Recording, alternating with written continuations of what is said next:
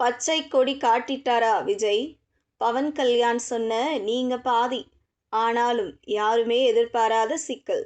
தமிழக அரசியல் களத்தில் ஏகப்பட்ட அதிரடி நகர்வுகள் அரங்கேறி வருகின்றன. இந்த நகர்வுகள் சட்டமன்ற தேர்தலுக்கான கூட்டணி கணக்குகளை அடியோடு மாற்றி அமைக்கும் என்று எதிர்பார்க்கப்படுகிறது. குறிப்பாக ஆளுங்கட்சியான திமுகவை வீழ்த்த வேண்டும் என்ற ஒற்றை இலக்கில் டெல்லி மேலிடம் வகுத்துள்ள புதிய வியூகம் நடிகர் விஜயை சுற்றித்தான் சுழன்று கொண்டிருக்கிறது. அது என்ன தெரியுமா?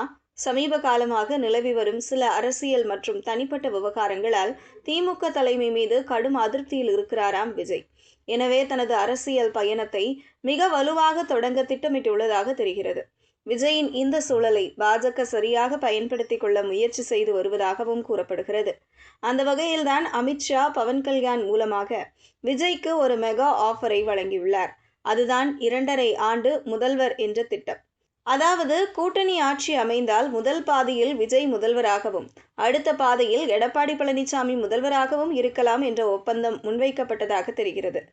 ஆரம்பத்தில் இதற்கு தயக்கம் காட்டினாலும் 234 தொகுதிகளிலும் தனித்து போட்டியிட்டு வெல்வதில் உள்ள சவால்களை விஜய் உணர்ந்துள்ளார்.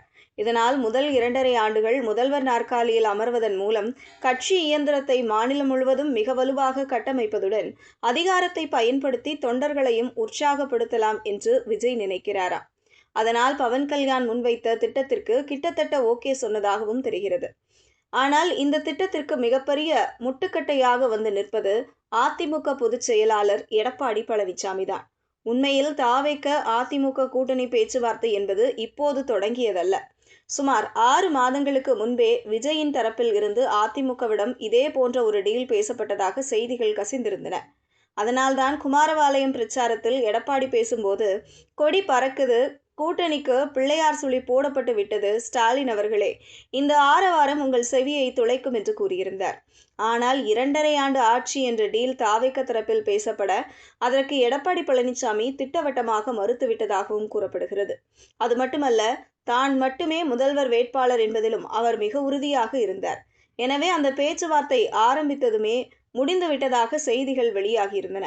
இப்போது என்டிஏ கூட்டணியில் இதே டீல் விஜயிடம் பேசப்பட்டுள்ளதாகவும் மீண்டும் இதற்கு எடப்பாடி பழனிசாமி மறுப்பு தெரிவிப்பதாகவும் கூறப்படுகிறது. காரணம், மாற்றுக் கட்சி தலைவரை முதல்வராக ஏற்றால் அது அதிமுகவின் அரை நூற்றாண்டு கால பாரம்பரியத்திற்கும் கட்சியின் தொண்டர்களுக்கும் செய்யும் துரோகம் என்று எடப்பாடி நினைக்கிறாராம். மேலும் முதல்வர் பதவியை விட்டுக் கொடுத்தால் கட்சியில் தனது செல்வாக்கு சரிந்துவிடும் என்பதையும் எடப்பாடி நன்றாகவே அறிவார். அப்போது மீண்டும் பாஜக தரப்பில் இருந்து அழுத்தம் கொடுக்கப்பட்டாலும் எடப்பாடி தனது முடிவிலிருந்து பின்வாங்க தயாராக இல்லையாம். கட்சியின் சீனியர் நிர்வாகிகள் மற்றும் அடிமட்ட தொண்டர்களின் எதிர்ப்பை சுட்டிக்காட்டி டெல்லி மேலிடத்திடமே தனது அதிருப்தியை அவர் பதிவு செய்துள்ளதாக கூறப்படுகிறது. ஒருபுறம் திமுகவை வீழ்த்த வலுவான கூட்டணி தேவை என்றாலும் இன்னொரு புறம் முதல்வர் நாற்காலியை பகிர்ந்து கொள்வது அதிமுகவின் எதிர்காலத்திற்கே அச்சுறுத்தலாக முடியும் என்ற சூழல் நிலவுகிறது.